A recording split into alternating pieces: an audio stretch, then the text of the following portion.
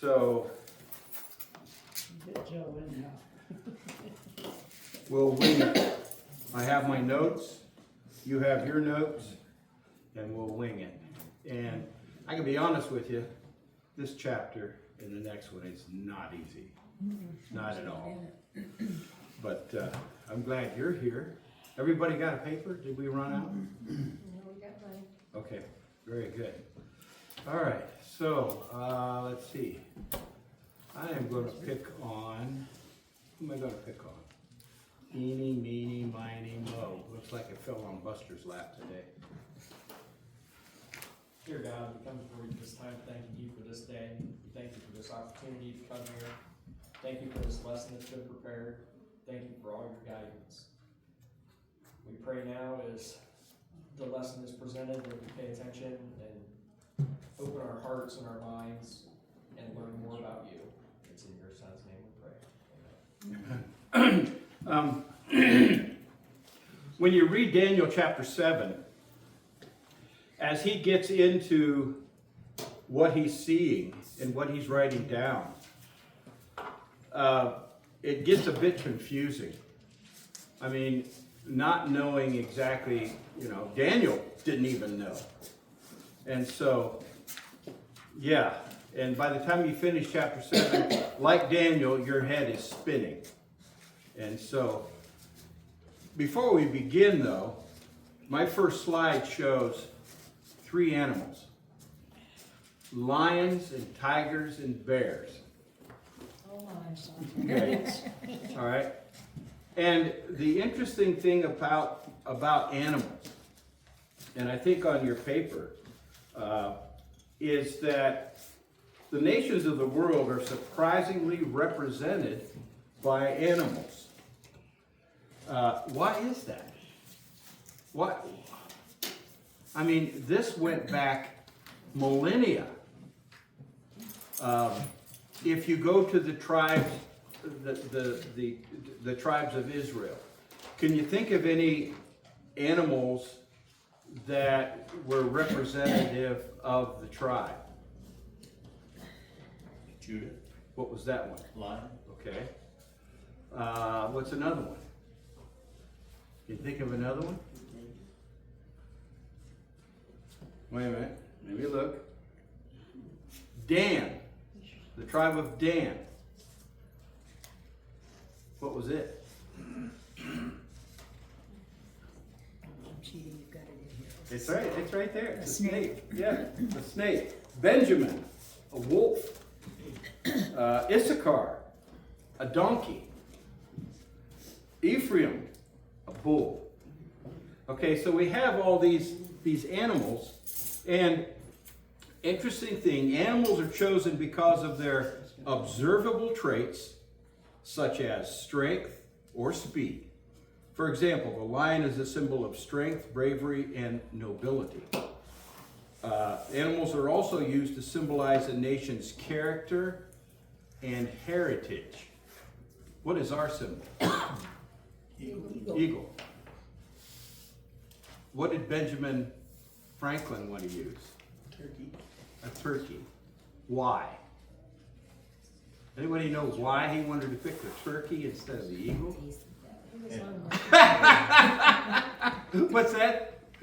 Cinda? He was hungry. He was hungry. Yeah. He hadn't even Seth, it tasted better. You heard that. I like that. Thinking with your stomach. There you go. Yeah, so we use an eagle because of its strength, of its agility. I mean, there's so many other characters that, that they use. England, Kenya, and Spain use the lion. Israel, in total, Israel does not have an animal because it's based on their tribes. They don't have an animal. Now, some of the other tribes have something different.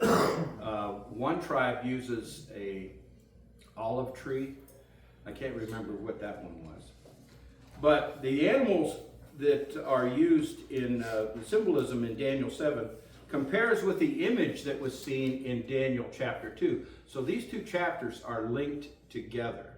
Not that that statue was an animal. However, the parts of that statue were linked to the kingdoms that those animals represent. So chapter 7 of Daniel is written in what language? Take a guess. Aramaic. It's in Aramaic. And we're going to find out that chapters 2 through 7 are Aramaic. Chapter 1 was Hebrew. And then in chapter 8 through 12, we're going to find out that it switches back to Hebrew. And I will do a little more research to find out why that is so. Now in Daniel's dream, he sees these 4 weird animals, okay? And he's trying to ponder, you know, we have a lion with wings. We have the bear with 3 ribs in his mouth. We have the leopard with 4 heads and 4 wings. And then we have this beastly, fierce-looking creature with horns and claws and iron teeth and all this other business. So the lion with the wings represents the empire of who? Guess again. Babylon. Okay. The bear, oops, there you go, you got that answer. Number 3, the bear represents Medo-Persia. Yeah. The 3 ribs are symbols for the provinces of, now this one I didn't tell you. When Babylon established their kingdom, we know that they took in all that area. So first, the empire that was currently in power was Assyria. And the Babylonians conquered Assyria. And then they went down and they took Israel, but that's not one of the answers. They took Israel, but they also went farther west and they got Egypt too. So it was Egypt, Assyria, and Babylon represent the 3 ribs that the bear is carrying, because that's the Medo-Persian Empire. So those were the 3 provinces. The leopard with wings and 4 heads are reflective of the empire of the, think of Alexander the Great. Yeah, Greeks or Greece. Yeah. The leopard and its wings symbolize, think of a leopard. Speed. You could use speed. I think not enough letters. Add a W behind that S. Yeah, I heard it. Swift. Add an S behind it. Swiftness. Okay? Because a leopard, if you ever watch a leopard hunt, even a cheetah, you can watch them hunt. And the cheetah has been known, that's actually been called the fastest land animal, because it'll have bursts of speed up to 70 miles an hour. Try to outrun that. But then when it's done, it's done. The leopard and its wings, oh wait a minute, the leopard's 4 heads are 4 Greek what? Kingdoms? They turn into that. But Alexander the Great had 4 men. Generals. That's what that is. They had 4 generals. I think one was Cassander, Lysimus, Seleucia, and Ptolemy. Those are the 4. And the kingdom was split up. Now, Seleucus took Syria. Wait a minute, let's see if I have it here. He took Syria.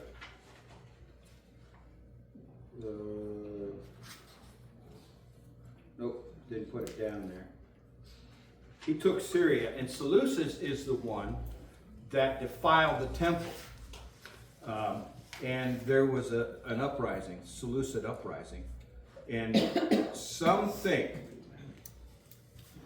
that Antiochus, who was one of the rulers in the area of the Seleucids in Syria, was the one that actually defiled the temple, and that's where the uprising came from. And that was in 160 AD or something like that. But Daniel has these four characters. Now, interesting to note, if I hit the right button here, let's see what happens. Interesting to note. All right. So, I think we've already covered this. The picture that I have in front of me is the statue. And I may have gone ahead of myself here. Oh, no. The statue that King Nebuchadnezzar saw in his dream, and then in his other dream that Daniel had to interpret, you remember what he saw? Tree. Mm-hmm. A great tree. And the first dream, remember, Nebuchadnezzar asked his wise men, hey, tell me what this dream was, and then interpret it for me. And they said, we can't do that. He says, well, if I tell you what the dream, you're just going to make something up and it's not going to work. Off with their heads. So Daniel shows up and he tells him the dream and interprets it for him. Then he sees the tree and he's really upset about this. But instead of asking the wise men what he dreamt, he says, this is the dream. What is it? We don't know. The scriptures say we don't know. Some think that they knew what it was, but they were too afraid to say what it means because it's going to be the downfall of the king. So here comes Daniel. He tells him the dream. Daniel interprets it for him. And then, years later, Belshazzar shows up and defiles the goblets and everything from the temple. And they see the writing on the wall. They had no idea about Daniel except, was it his mother, Belshazzar's mother? Or the queen? Anyway, she says, call on Daniel, he'll tell you what it means. And boom, lo and behold, that night, Babylon fell and the king was dead. But throughout this, Daniel, with God's help, interpreted for the kings. He knew what to tell them. But now we have Daniel is dreaming this nightmare and he has no idea. So as he's dreaming this, who has to interpret it for him?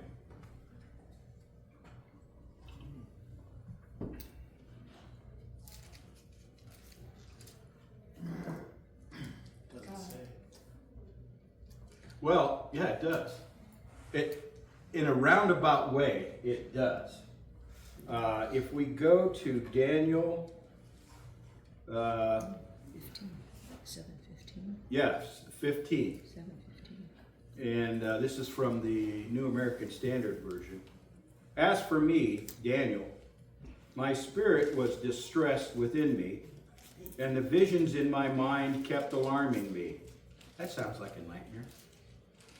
I approached one of those who were standing by and began asking him the exact meaning of all this. So he told me and made known to me the interpretation of these things. And then he went on and said it. Now, it doesn't say an angel, but it does say in this vision, somebody interpreted it for him. What would you think? I don't know. What does the ESV say? The ESV identifies that it just says many interpreters have identified. And Okay. Then they go on to identify.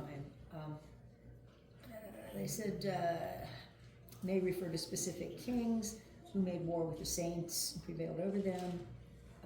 Many take this to represent the Antichrist. Okay. Yeah, we'll get into that because there's something that goes on with that. Yeah. You keep in mind that this dream, what has happened, most, if not all, has already come to pass. So a heavenly messenger interprets the dream to Daniel. Okay? So the lion is chosen. Let's see here. Well, my slide is showing the statue, of course, but then the four beasts surrounding it. And what it says is the lion devours. And that's exactly what it did. It devoured that whole area to bring it into Babylon. So Babylon is actually the chief kingdom or chief empire of the day, of the world, and the best, because it was the head of gold in the statue. And then, of course, you have the bear, which crushes. Do you ever watch a bear? If it wants food and it knows where it's at and it can't get to it, what's it do? Gets to it. How does it do it? Did you ever watch a bear do it? No, He takes his weight. No, I know, Kay. I ban. He takes his weight and he pounces on it. So he crushes it to get it open. You have never seen a bear jump and bounce on that? Especially if it was you. Yeah, so he crushes it. And that bear is the Medo-Persian Empire, which in the statue was the chest of silver. All right, so now we have the leopard, which springs. Well, think of a cat. If a cat is prowling, and I'm telling you, how many have cats in their house? A pet cat? Okay. They'll hide and spring. All right? They'll spring at you or at their prey. If you watch a lion hunt, it'll hide and then it'll go. You watch a cheetah or a leopard, same thing. They spring at you. And that was Greece, which is the bronze lower section. And of course, this last section is the most fiercest of beasts. And it is representative of what empire? Yeah, the legs of iron? Greek. No, Rome. No. It'd be Rome. The Greeks were the bronze. Did I say silver?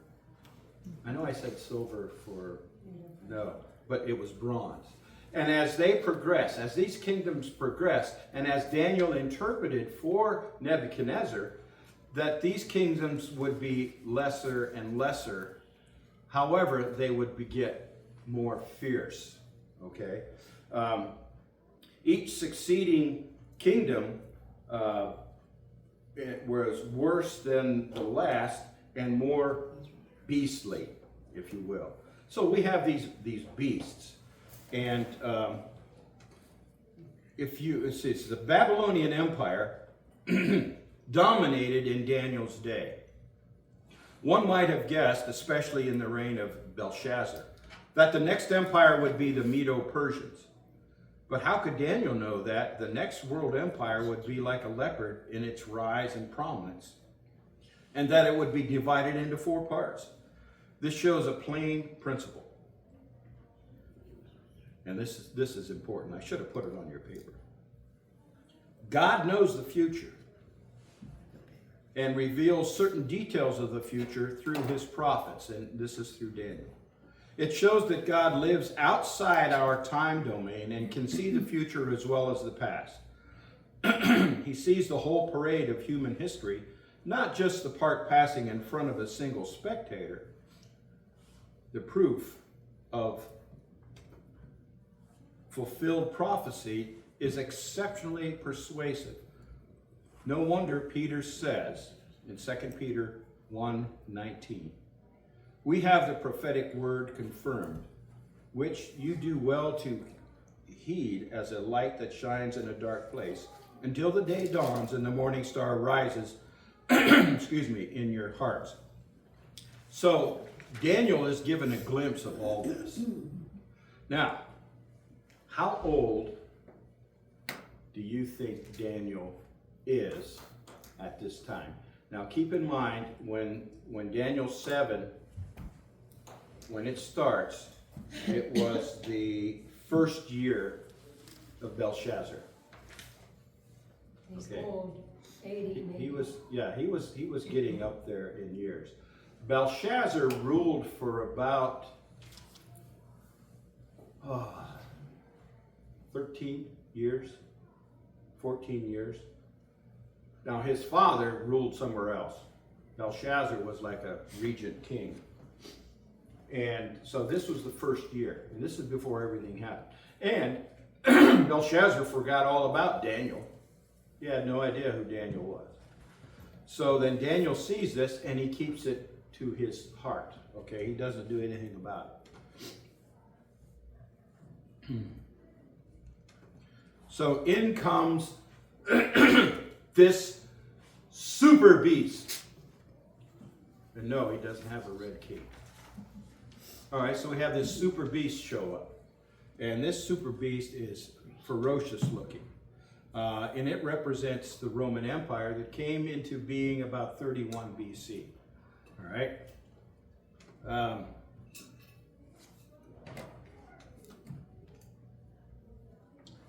This beast was the largest, the strongest, the most unified, or this empire was the largest, the strongest, and most unified and enduring of them all. So wouldn't you think that would be even better than Babylon?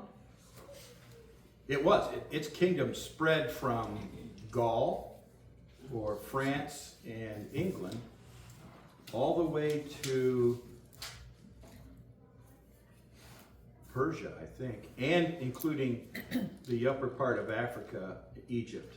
One thing I read said Alexander had the most land wives. Mm-hmm. Yeah, he did. And history says that he died of tuberculosis at 33, which means he conquered the world. He probably lived 2 more years after that, and he'd had nothing else to conquer. I tell you.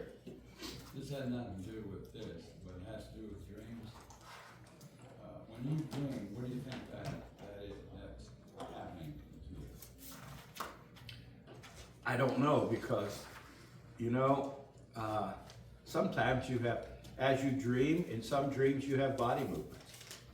Sometimes you're speaking. It means that you're into a deep sleep, You're into, which is the best that you can have. right, REM, our rapid eye movements, deep sleep. Yeah, and you actually need that. So, but the Roman Empire was the largest, the strongest, and the most unified, and endured, next to Babylon, it endured longer. Now, the Babylonian Empire, as we know it with Nebuchadnezzar, was only about 70 years. However, there were other kings in that empire prior to that. And that's not even taking into consideration the Assyrians. Bill Gallagher asked me about Hammurabi, and he was a Babylonian, and we have the Code of Hammurabi, and that comes from all this other business. So in Daniel chapter 4, verses 7 and 8, let's turn back to that and see what that says. 4, 7, and 8. Let's see what it says here. Oh, okay. This is the great tree. And it says, then the magicians, the conjurers, the Chaldeans, the diviners came in, and I related the dream to them, but they could not make its interpretation known to me. But finally, Daniel came in before me, whose name is Belteshazzar, according to the name of my God, and in whom is a spirit of the holy gods. And I related the dream to him, saying, okay, well, I don't know why I put that in there then. That doesn't make any correlation with what I have. I must have been falling asleep when I was doing that. So Daniel makes the interpretation of the tree. But anyway, we digress, or I digress. So the Roman Empire is established in 31 BC. It is the fiercest of all beasts. If you were to classify one of the animals in the animal kingdom as being the most fiercest, which one would you choose?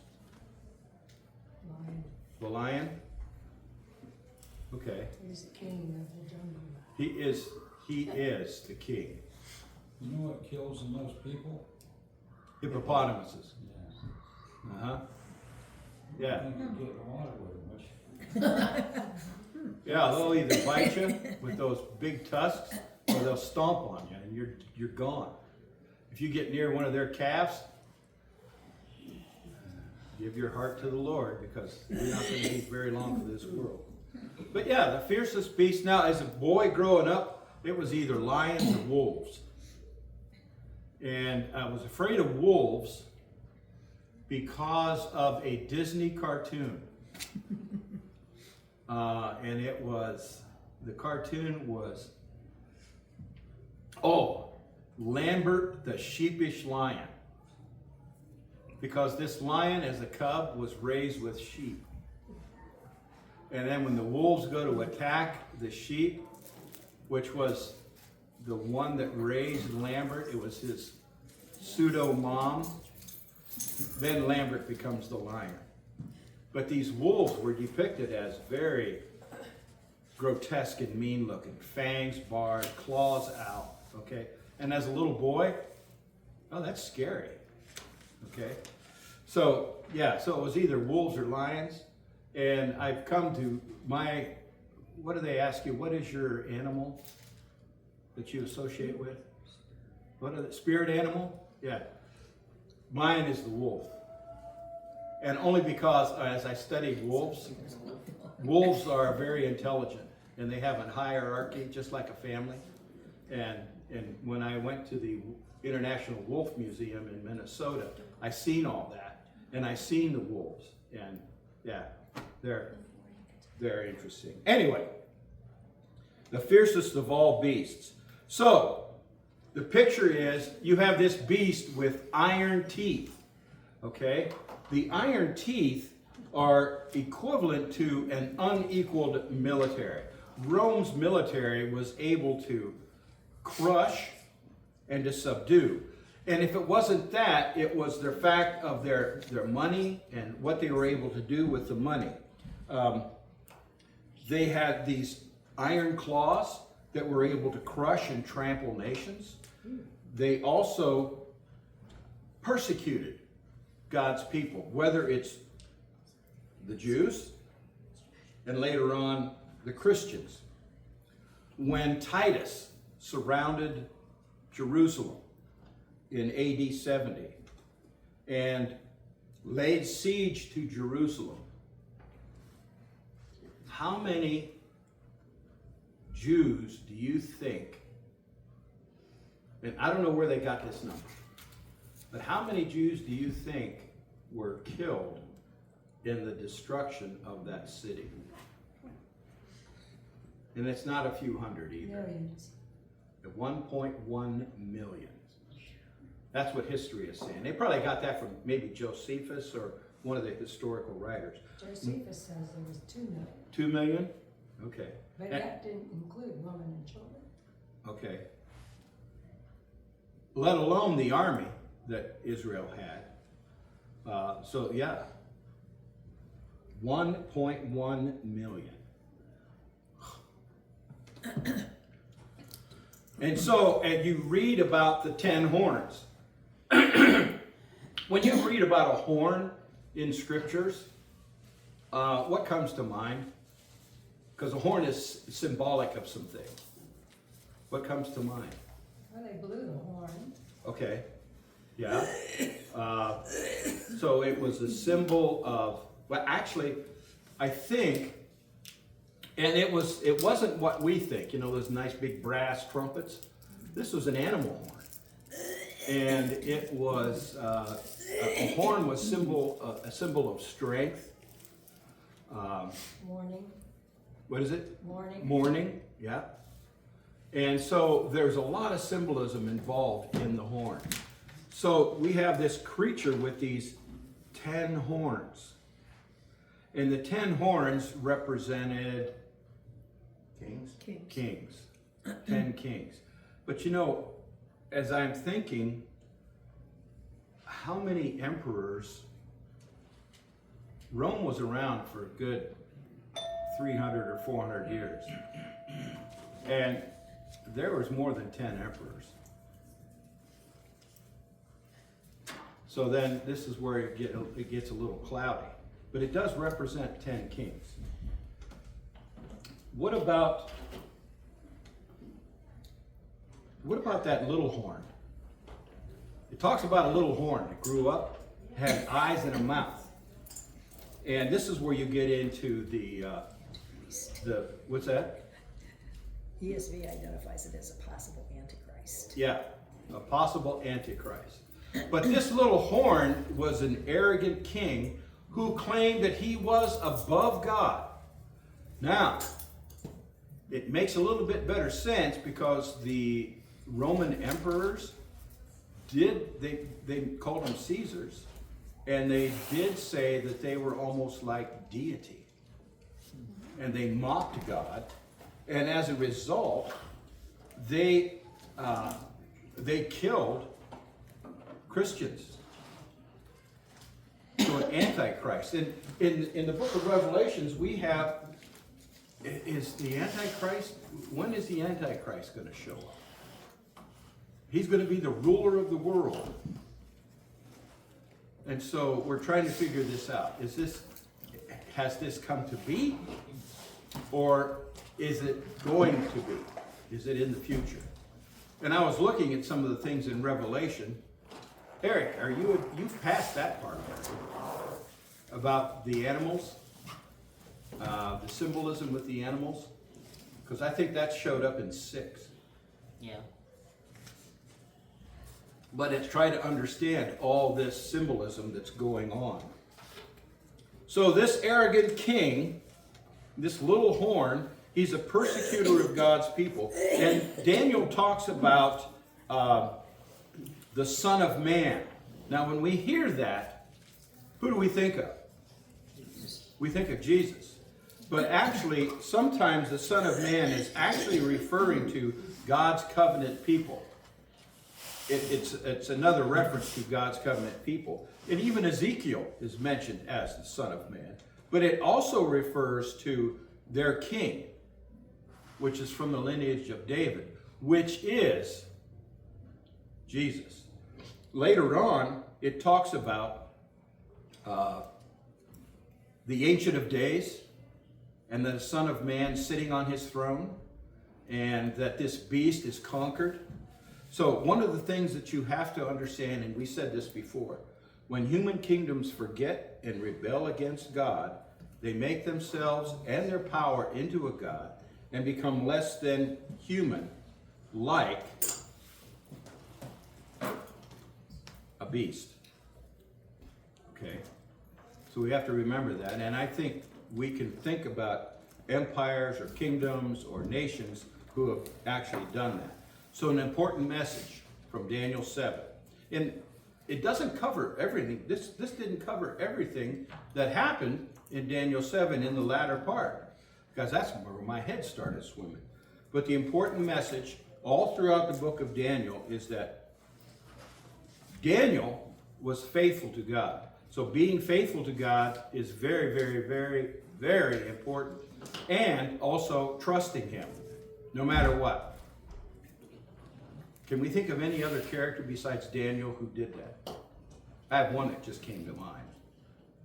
Moses, Okay, Joseph, Joseph, Job, Job. What about Abraham? Abraham. Yeah. So the other truth is God is sovereign over everything, and